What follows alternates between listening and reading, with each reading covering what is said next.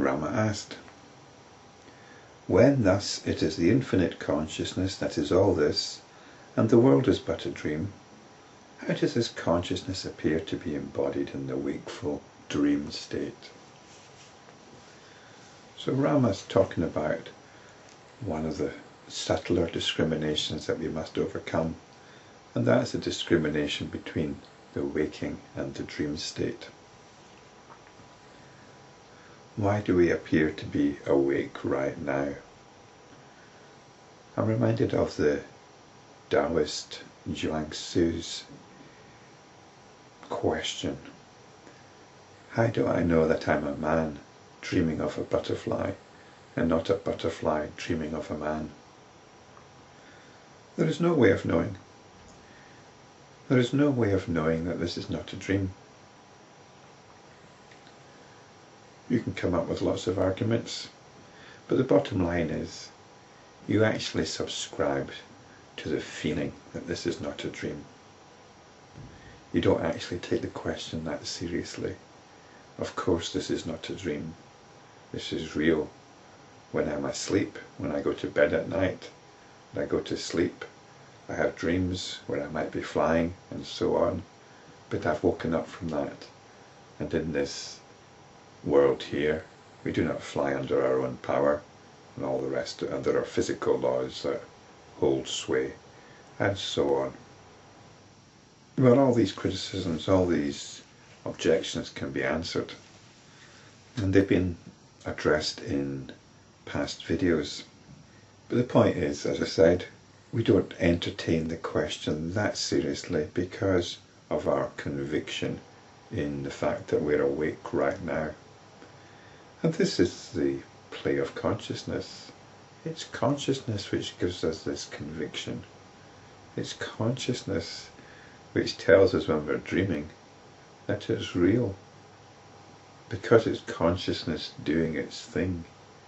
It doesn't matter whether it's waking, dream, hallucination, hypnosis. Consciousness imbues whatever it experiences with a sense of reality. And our discriminating mind then parcels that up into different realities and says that one reality is more real than the others and so on, depending on our culture and our disposition. But we have to get over this discrimination. We have to realize that there actually is no essential difference between this and the dream state. And if you object to that, if this is a problem for you, then it's worth examining it and looking into it, looking into the arguments for and against. But let's get on to Vasishta's answer, because his answer is even more extraordinary. Vasishta said, whatever is seen either in a dream or in the waking state has space alone as support. Space here then is the key element. We cannot imagine things without space, can we? Space is what gives structure. We can't even dream without space. We have space in our dreams, don't we? In our dreams we can be walking through the wide open fields, or walking through dense cities, or even flying through space. We're moving through space in our dreams. Space is created. We need space in order to experience. So whatever is seen either in a dream or in the waking state, it is born of space, and it is of the nature of space. Everything happens in space. Although in parenthesis the translator has put void. I'm going to stick with space here, because it's something we all know, it's something we all experience, even though it's nothing. What is space? What is space after all? Is space something, or is it nothing? Well, the physicists seem to think it's a definite something, but in common understanding we think of it as nothing. It's what exists between two objects. But we need it, don't we? We need this big nothing. And here we've got the revelation. This space is not other than the supreme infinite consciousness. Well, this should change your relationship with space, shouldn't it? We think of space as cold and neutral. It's vibrant. This book, we say it takes up space. But we could just as well say, space becomes this book.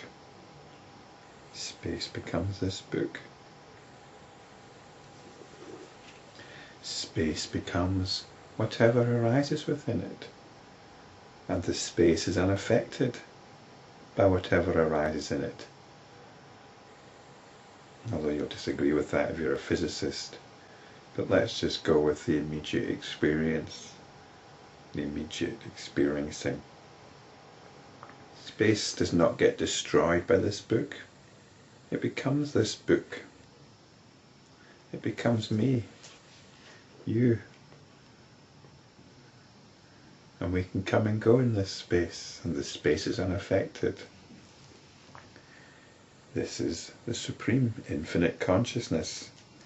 Nothing, not even this body, has ever been created, and hence nothing exists. Because in a sense it's only space. The space becomes certain things, but it doesn't. The space is untouched by it, and yet the space becomes it. The space becomes this book. The book disappears from space. If it's burnt, destroyed, the space is completely indifferent to it. And yet, the space becomes the book. So, this is the infinite consciousness. There's only the infinite consciousness. There's only space. The infinite consciousness experiences the existence of all this as if in a dream. And that's what happens in our dream, isn't it? Things come into our dream space and disappear, leaving no effect whatsoever on our dream space. This experience exists in consciousness as if it is the solid creation. The diversity that arises in consciousness on account of the limitlessness of its potentiality appears to give rise to diversity of creatures. Just consider the infinite variety of dreams. There's this infinite potential for creation being played out from instant to instant.